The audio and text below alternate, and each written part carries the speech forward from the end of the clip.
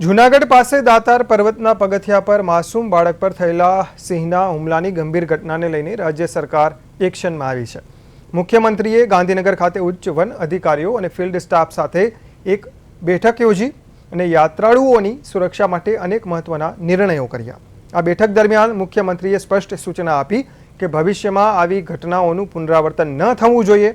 આ નવી યોજના અંતર્ગત દાતારના સીડી વિસ્તારમાં નવા વન સુરક્ષા ગાર્ડ તૈનાત કરવામાં આવશે અને સંવેદનશીલ પોઈન્ટ્સ પર કાયમી ચેકપોસ્ટનું નિર્માણ કરાશે।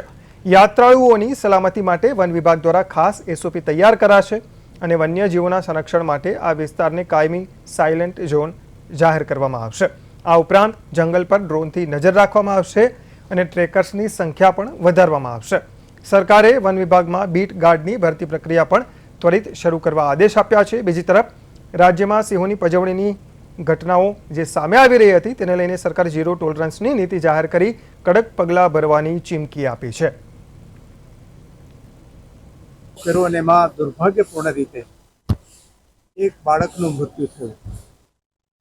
આ સંદર્ભે માનનીય મુખ્યમંત્રી શ્રી ભૂપેન્દ્રભાઈ પટેલ સાહેબે અધિકારીઓની સાથે રાખીને મીટિંગ કરીને તાકીદે યાત્રાળુઓની સુરક્ષા બાબતે પગલાં લેવાની સૂચનાઓ આપી।